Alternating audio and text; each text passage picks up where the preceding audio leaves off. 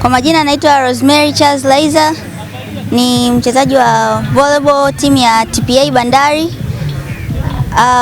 Nimefurahi kupokea tuzo hii.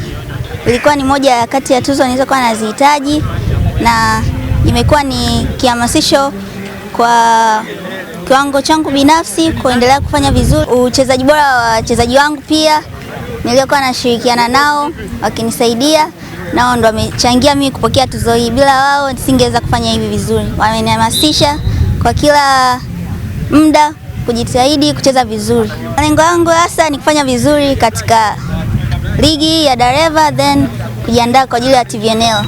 Nifanye vizuri zaidi.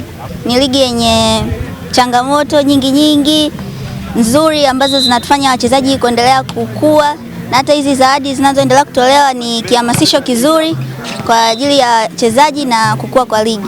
So ligi ni nzuri. Mchezo wa volleyball ni mchezo mzuri na hamasisha dada wengine ambao wanaweza kusaidia pia kupata kipato kidogo cha kuendelea na maisha yako na hata pia kwa ajili ya afya. Kama timu ya Bandari tuna malengo mengi katika mwaka huu, lakini kati ya lengo moja ni kuchukua ubingwa wa Dareva na hata kwangu pia kuendelea kufanya vizuri ili kutimiza lengo hilo. Ujumbe wangu ni kwa mashabiki wangu wote walionisaidia kunichagua katika tuzo hii ya Player of the Week. Nimefurahi sana na nitaendelea kufanya vizuri ili kuendelea kuwafurahisha na fans wangu.